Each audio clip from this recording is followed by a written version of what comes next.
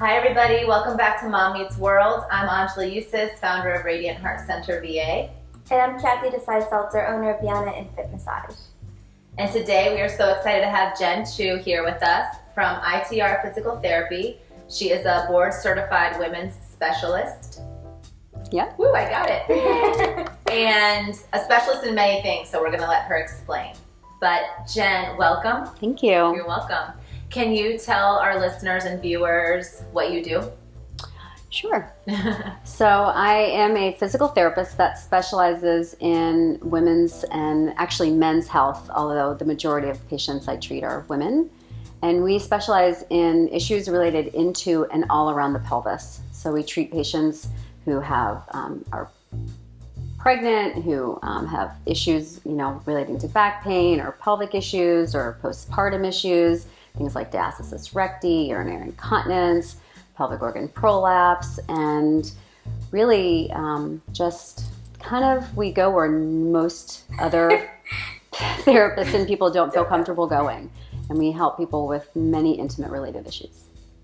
Which is so important because women have a lot of, I'm just going to focus on the women aspect here. Yeah. But postpartum or pregnant women have so many issues with the pelvic area. Mm-hmm. And as we know in France, they get 6 weeks of physical therapy after as part of their postpartum care. Yep.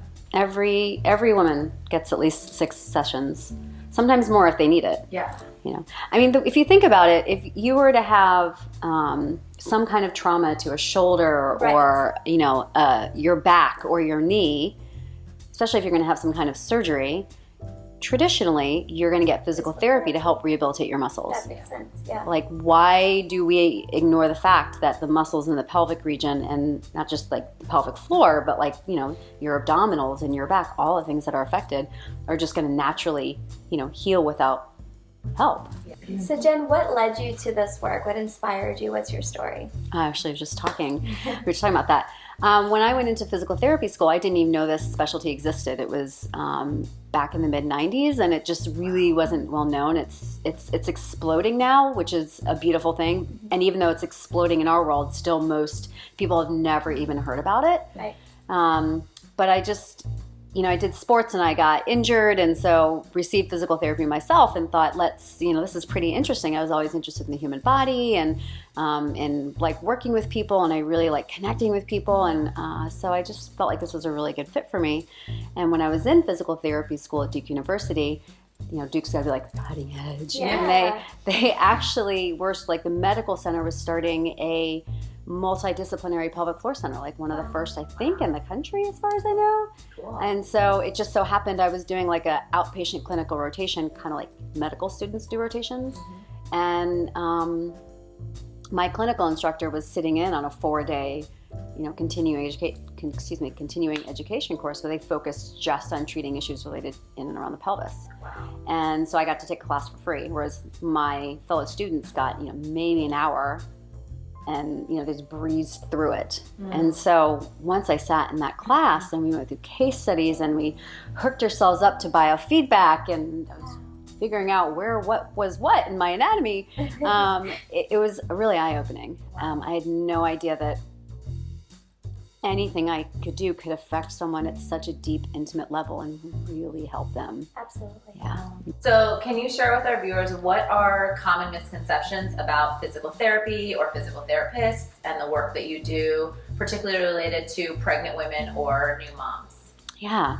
So I think the biggest misconception is really that just because you're pregnant, that if you have back pain or if you have nerve-related issues or if you have groin pain or anything like that, that you should just deal with it. Suck it up. Right? Yeah. I cannot tell you how many of my patients find us online and they told their OBGYN that they had this back pain, that they had these issues, that they were leaking or whatever was going on, and the doctor just said, well, you're pregnant. Yeah, you're pregnant.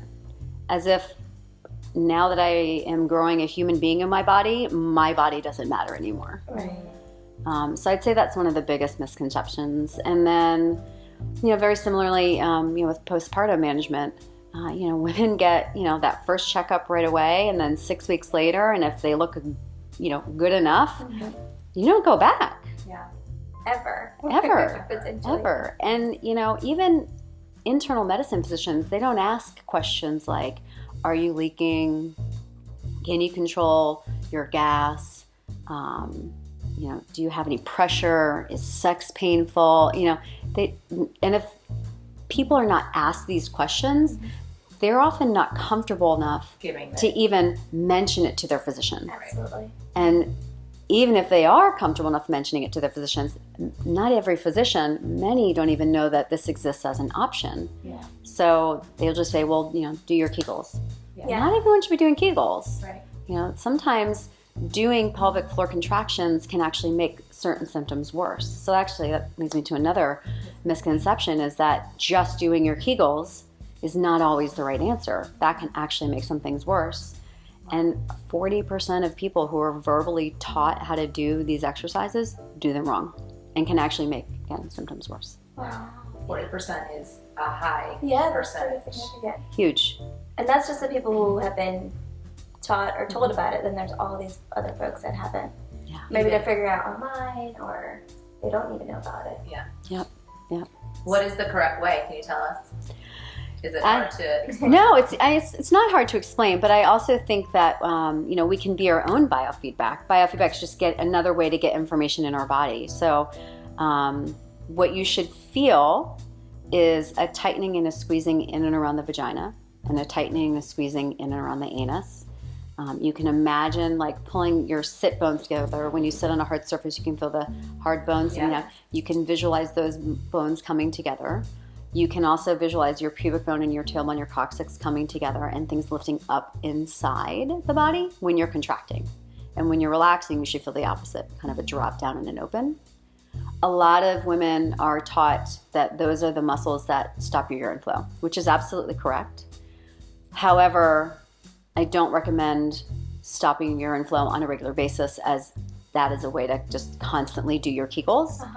The bladder is a very habitual organ. If we get into the habit of stopping the urine flow, then after time, you might actually have a problem releasing your urine. Wow. And that's A whole nother. a whole ball of wax. You just don't even want to go there. Right. You want to be able to relieve yourself and get rid of those toxins. But that is a good way. You can go sit on the toilet. You can try to start your urine flow. Try to stop. Imagine what are those muscles that stop that flow. Can you slow it down? Can you stop it? And every now and then, it's certainly a good way to check, right? But you can also take a mirror, and you can actually look at your own vulva. Which seems so scary to people. I know. But But it's your body. It's your body. It's your body, and it's it's beautiful. It's just the part that culturally we've been taught to be ashamed of. Yeah, I know.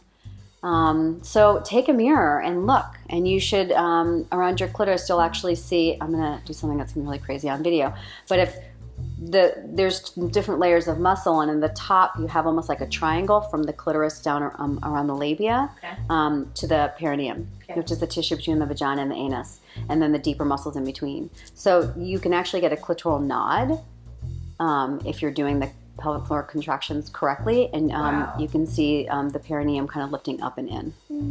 Although it'd be going like this way with the way I'm seated. I'm getting my mirror and checking this out after today's episode. We can do it together. We can. You can actually also just take your hand and gently place it, like feel yourself. Actually put your fingers right on the perineum. That again, that's the tissue between the vagina and the anus. And do you feel something pulling up and in, or not? Many people will actually push and bear down instead of pulling up and in. And if you have like any kind of pelvic organ prolapse, any kind of pressure, or a diastasis recti, which I believe we'll discuss. Everyone has it when you're pregnant. Yeah. So it's just do those muscles come together? But that can actually make everything worse. So Jen, speaking of that, what are some of the most common challenges that you see women experiencing, particularly during pregnancy or after childbirth? So anytime a muscle is lengthened for any period of time, it's weakened, right? So with pregnancy and all the physiological changes that occur, all your abdominals, really all your core. So we have 4 muscle groups that make up, our core, inner core muscles, that sort of inner core set. We have the deepest layer of abdominal muscle, called the transversus abdominis, that wraps around in a transverse way. and the fascia wraps around and attaches to little tiny multifidus muscles that are at the base of the spine and kind of go up segmentally. And then we have our respiratory diaphragm, our big dome-shaped muscle here, and then we have the pelvic floor muscles. And so with pregnancy, all of those muscles are lengthened, right? I mean, the ribs widen, the whole rib cage, and sometimes it stays up, right? Yeah. So that can give you a lot of back pain. Yeah. It actually does allow for easier breathing, but as that baby starts to come up and grow, then it makes it harder to get bigger breaths when we use our diaphragm. Again, the pelvic floor muscles lengthen and widen. Sometimes the whole pelvic outlet will widen, and what we need to actually deliver our children. Things don't always go back, but we can have problems with urinary continence.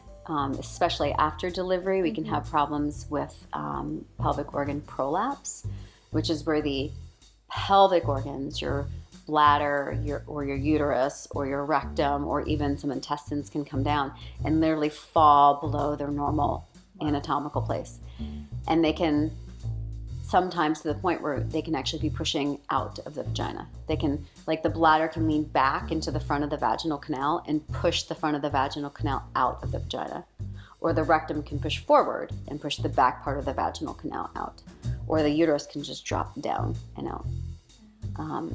So that's obviously a very challenging issue to deal with. That can cause a back pain is really common. Right. Again, with the hormonal shifts, with the physiological shifts, our ligaments are more lax, which again we need for delivery. Like, it's really amazing that all these things just naturally occur. Right. And it doesn't just occur at the very end. Okay. Your body, by the end of the first trimester, actually makes over 50% of the changes. Wow. And your blood volume almost increases by 50%. Wow. So there's a reason for the fatigue in the first trimester. Your body is working really hard. Urinary continence is really quite common. Yeah. And painful sex.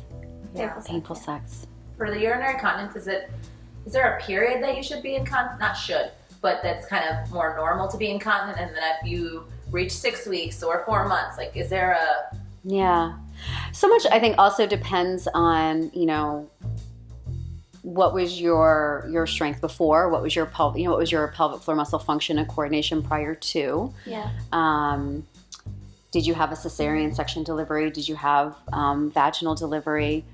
Just because you have cesarean does not mean that you're not going to get urinary incontinence. It does not mean that you're not going to have pelvic organ prolapse.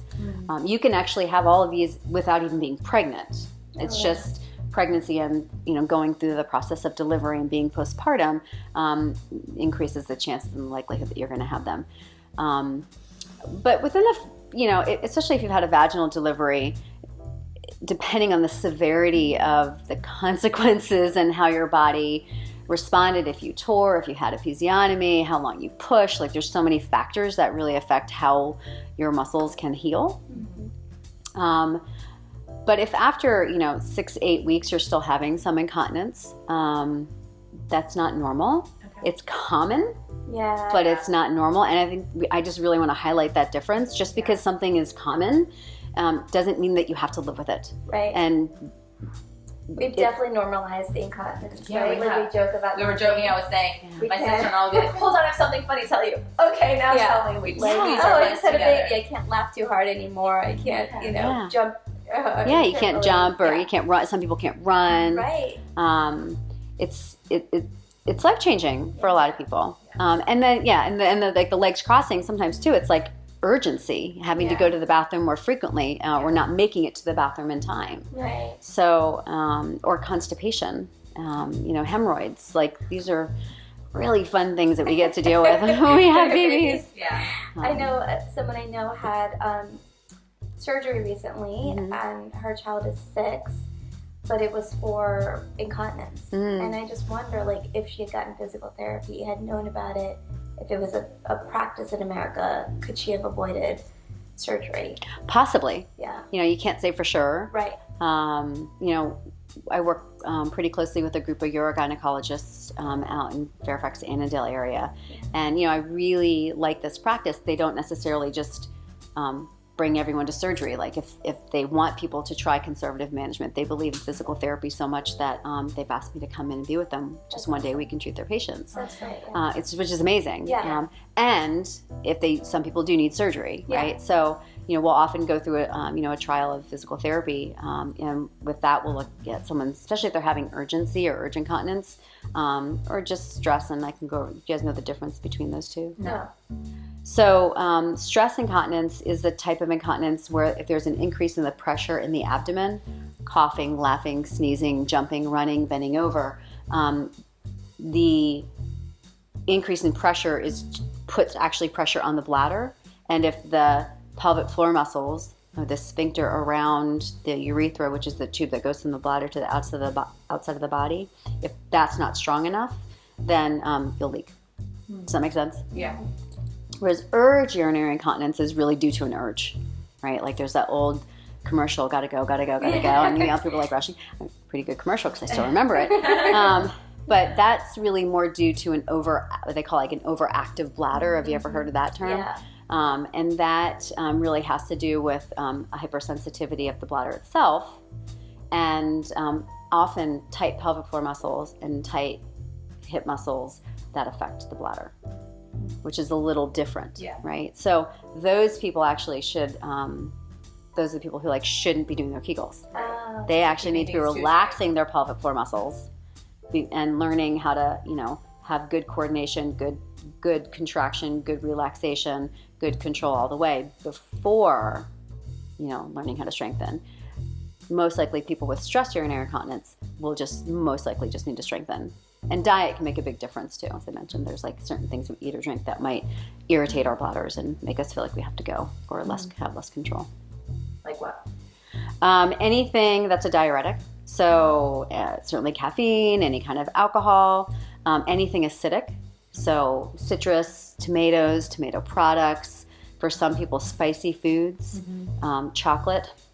I mean, seriously, that's so sad. Right. There's a little caffeine in chocolate. Yeah. Some people, milk actually affects people. Carbonated beverages, artificial sweeteners, artificial colors, vinegar. Again, anything like acidic. Okay. Those are some of the biggies. Okay. Yeah. And especially if someone's having the urge type of incontinence, and again, I would try this with the stress as well. I often suggest people do more of an elimination diet, where for 3 to 4 weeks we take everything out of the diet, clear it out. And I often will have people kind of fill out like a bladder diary beforehand. So they document what they're eating, what they're drinking. They're documenting when they're going to the bathroom, when they're leaking, what they're doing when they're leaking, really getting a true sense of what's going on with their bladder and their body, and then go through the elimination, kind of clean it out, and then do another one for 3 or 4 days. And now you have really good objective, okay, did this make a difference? Right. Because if it doesn't make a difference, well, great, let's go back and, eat and drink whatever we want, right? But if it does, then you have, what I tell people is, I'm not the food police. I'm not here to say you have to take all this out forever, but let's figure out what your culprit is, right? Yeah. And so you bring one item back in for 3 or 4 days and you pay attention to your body. How do you feel? Is there any difference? Are you leaking more? Are you more urgent? Is it just a little more uncomfortable getting to the bathroom? Can you not get your button down fast enough to sit down? Things like that. If there's no difference, leave it in and go on to the next thing. Yeah. And you just go through your list, and then you can make your decision. Well, I have an important business meeting today. I'm not going to have that glass of wine the night before, or I'm not going to drink my coffee in the morning. Maybe I'll have it after, or I'm not going to have it at all. It just depends on what your decision is. That's all really helpful. Yeah. So can you tell us what you wish pregnant women or new moms knew about physical therapy? Do you feel like women should be doing physical therapy in pregnancy? Yeah.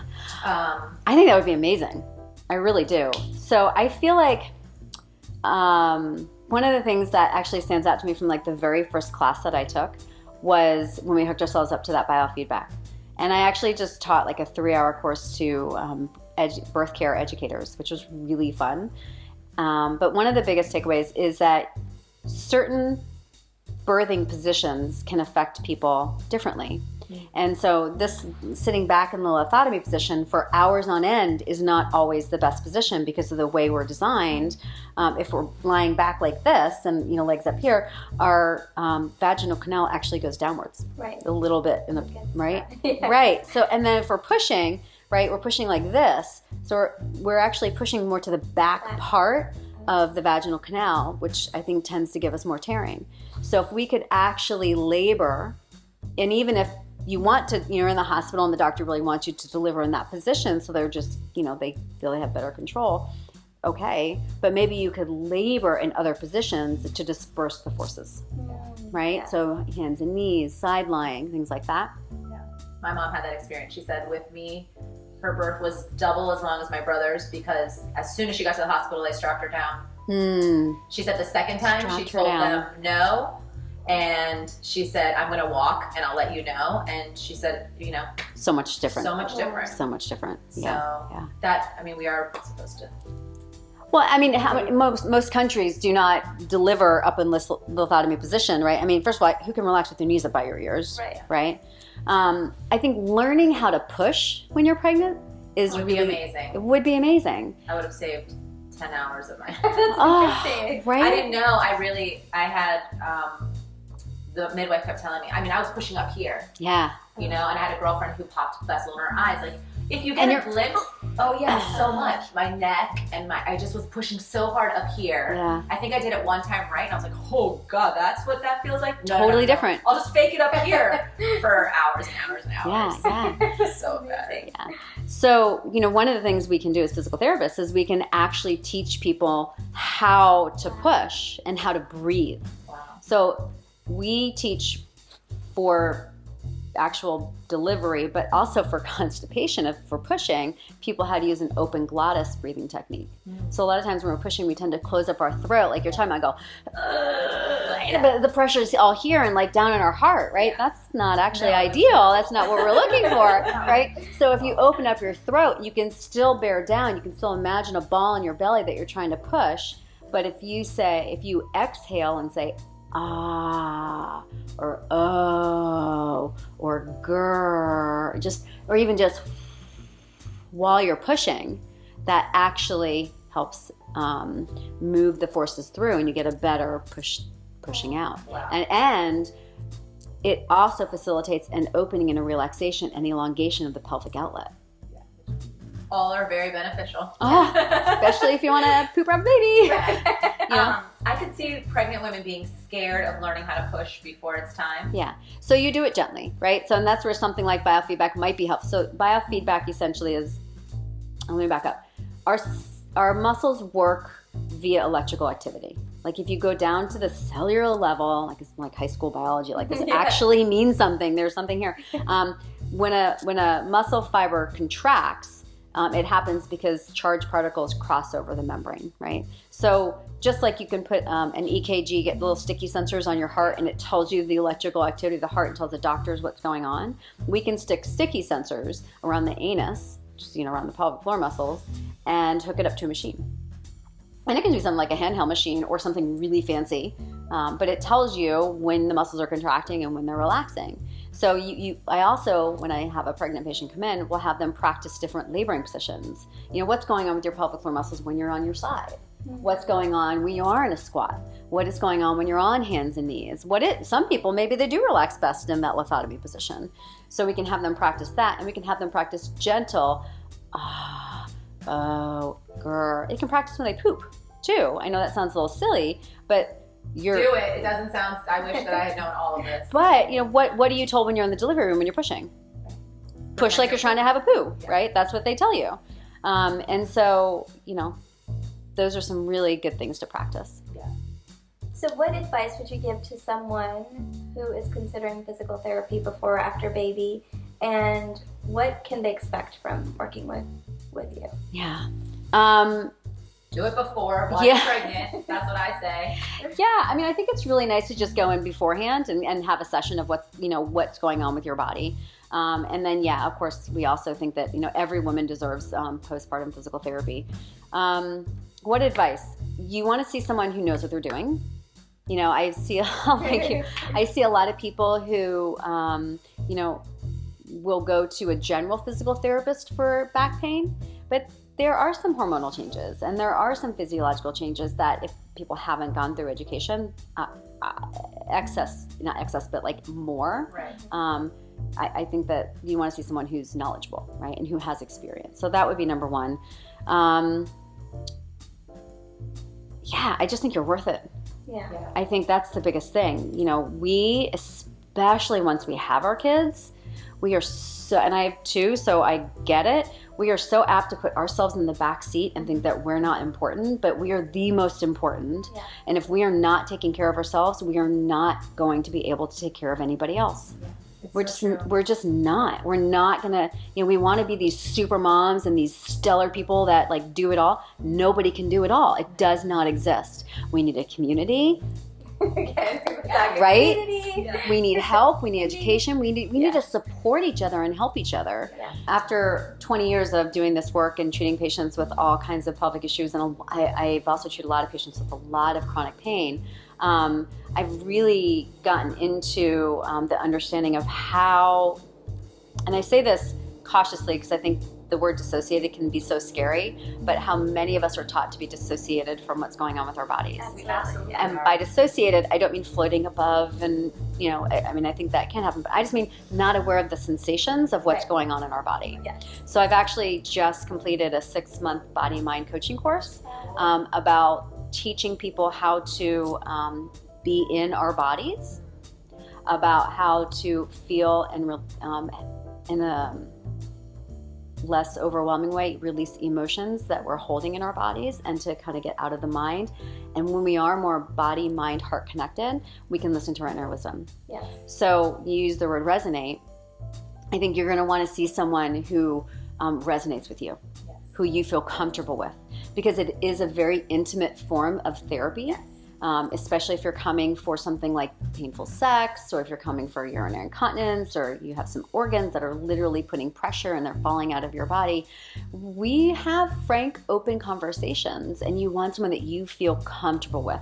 You should never have to do anything you don't feel comfortable with, period. I meet my patients where they're at. Right. And we never do anything someone doesn't want to do. And I absolutely have the mindset, I am not going to fix anybody. I think that's really egoic. How am I supposed to know more about your body than you? You right. live in your body. Absolutely. You know what you feel. So to me, it's a partnership. Yeah. Yes, I may have more education about, the physiology of this, and I'm, maybe I can have some manual techniques that can really scar restrictions, or, if you're out of alignment, help you get back. But this needs to be a conversation and a partnership where, yes, what can, I want to know, what can you fit in your life, right? Yes, I could give you probably people an hour of things that they can do. Yeah. But really, we're going to have to figure out, especially postpartum, okay, what can work in your life? What are your priorities?